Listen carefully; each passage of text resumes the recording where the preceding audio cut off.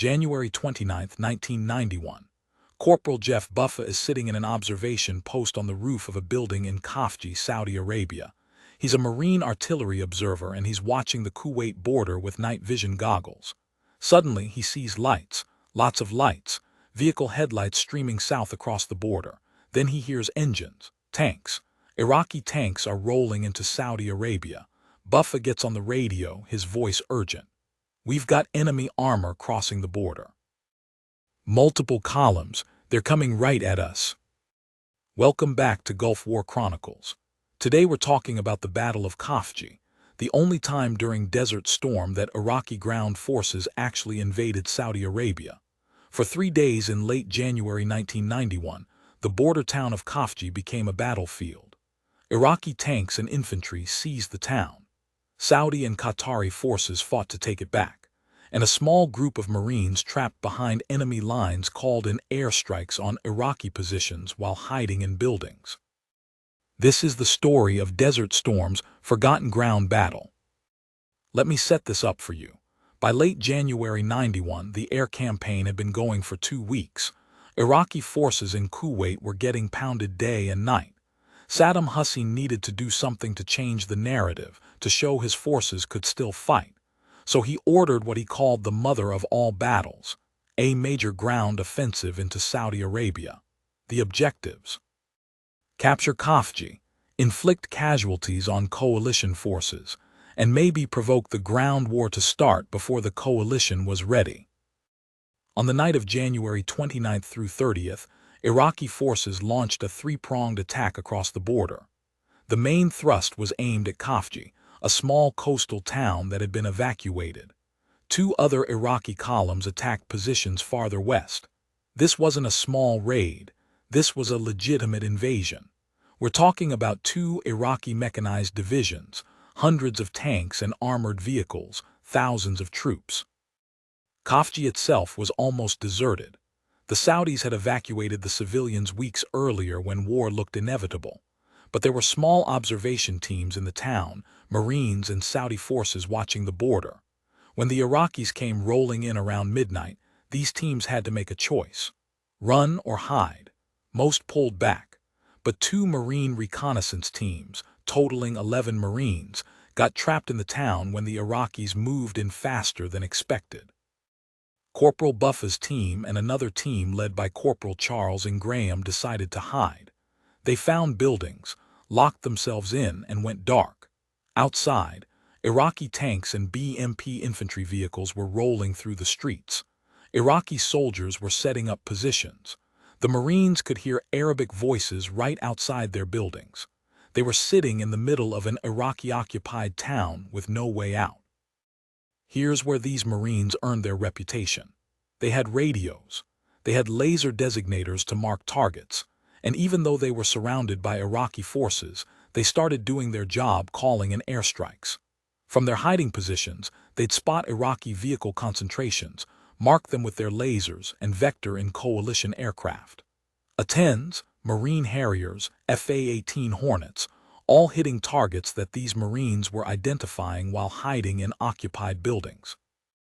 Staff Sergeant Gregory Gillespie was one of the team leaders. He later described watching through a window as an Iraqi armored vehicle pulled up right outside his building. He could see the crew inside. They had no idea Marines were 20 feet away calling in airstrikes. Within minutes, an A-10 made a strafing run down the street, destroying that vehicle and several others.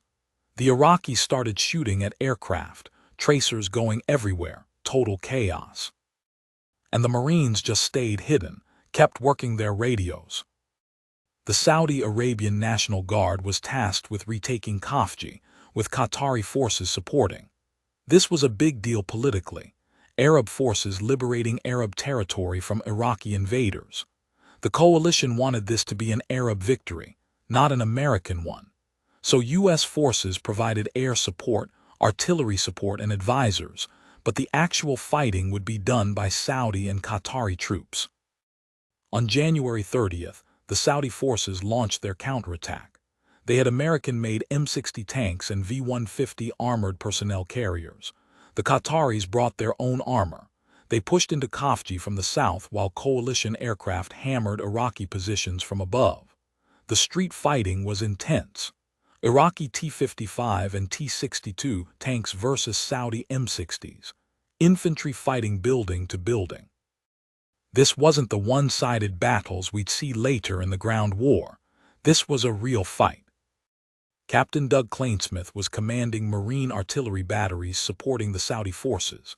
He described the confusion of urban combat.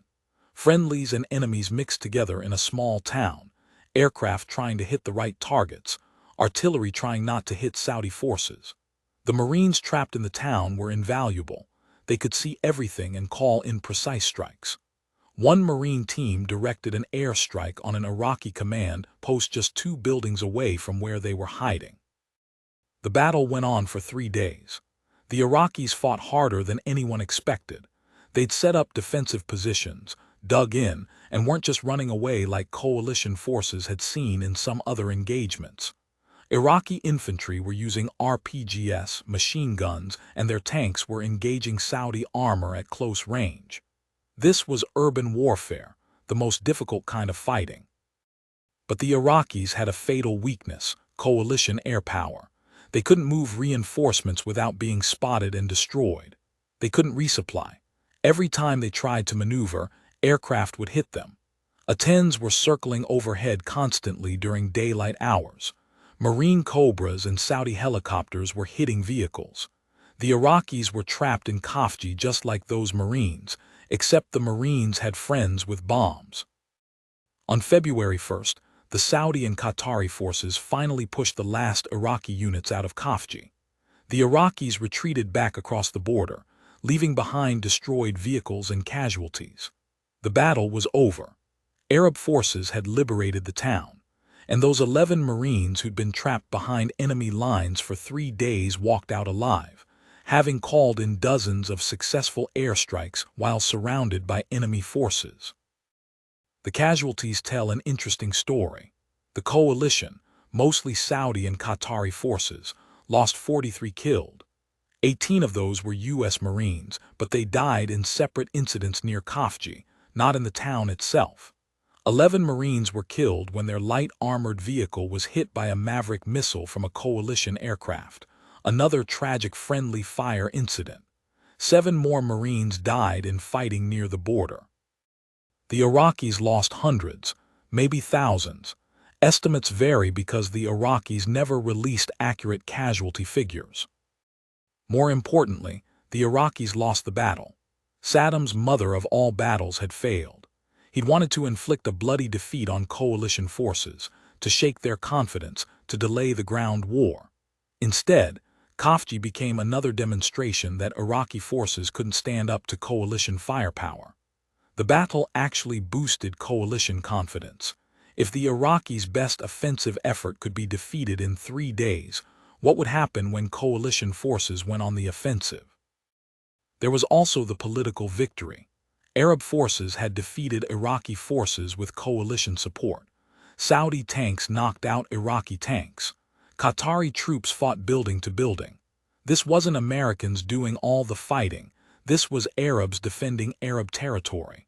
That narrative was important for coalition unity and for post-war regional politics. For the Marines trapped in Khafji, the experience became legendary in Marine Corps lore.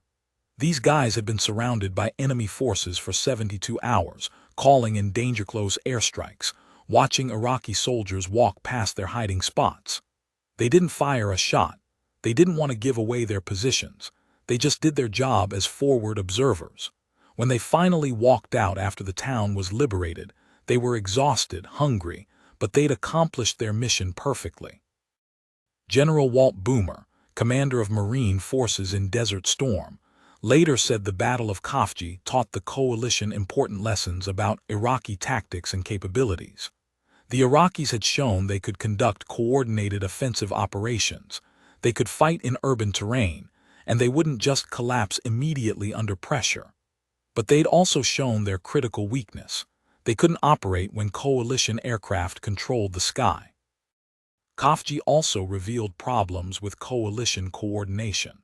The friendly fire incident that killed 11 Marines happened because different units weren't communicating effectively. Aircraft engaging targets near friendly ground forces without perfect coordination. It was a harsh lesson learned 3 weeks before the main ground offensive. For Saddam, Khafji was a disaster disguised as an offensive. He'd committed significant forces, lost hundreds of vehicles and soldiers, failed to hold any territory, and accomplished nothing except proving that his army couldn't win a conventional fight against the coalition. Some historians think the failure at Khafji actually accelerated his decision to withdraw from Kuwait. He realized his forces were going to get annihilated when the real ground war started.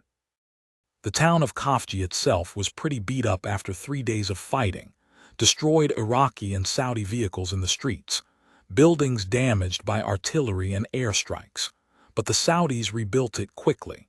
If you visit Khafji today, you'd never know it was a battlefield in 1991. There's a small memorial, but mostly the battle has been forgotten except by those who fought there. For Americans watching at home, Khafji barely registered. The media covered it, but it happened so fast and was resolved so quickly that it didn't become a major story. Most people remember Desert Storm as the air campaign and then the 100-hour ground war. Khafji gets lost in between. But for those 11 Marines hiding in buildings calling in airstrikes while surrounded, for the Saudi and Qatari soldiers who fought street to street, for the families of the 43 coalition troops who died, Khafji was anything but forgotten.